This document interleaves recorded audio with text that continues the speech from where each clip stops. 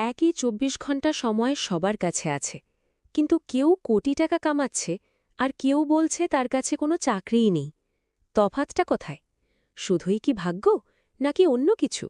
সত্যিটা হল, ভাগ্য কেউ লিখে দেয় না, আমাদের কর্মই হল আমাদের ভাগ্য।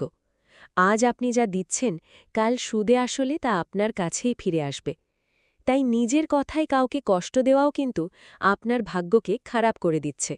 প্রতিবেশীর নতুন গাড়ি দেখে যদি মনে মনে হিংসা করেন, তবে ইউনিভার্স ভাববে আপনি সাফল্য অপছন্দ করেন, ফলে আপনি তা কখনোই পাবেন না। তাই অন্যের ভালো দেখে খুশি হতে শিখুন, দেখবেন সাফল্য আপনার দিকেও আসছে।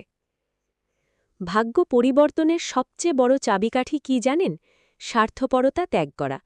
আমের গাছ যেমন নিজের আম নিজে খায় না, অন্যের জন্য বাঁচে, আপনিও তেমন হন। সাধ্যমতো মানুষের পাশে দাঁড়ান, আপনার ভাগ্য নিজেই উজ্জ্বল হবে। ভালো কিছু শেয়ার করাও কিন্তু একটি ভালো কর্ম, তাই ভিডিওটি শেয়ার করুন আর এই পজিটিভ এনার্জি সবার মাঝে ছড়িয়ে দিন। দেখা হবে পরের ভিডিওতে।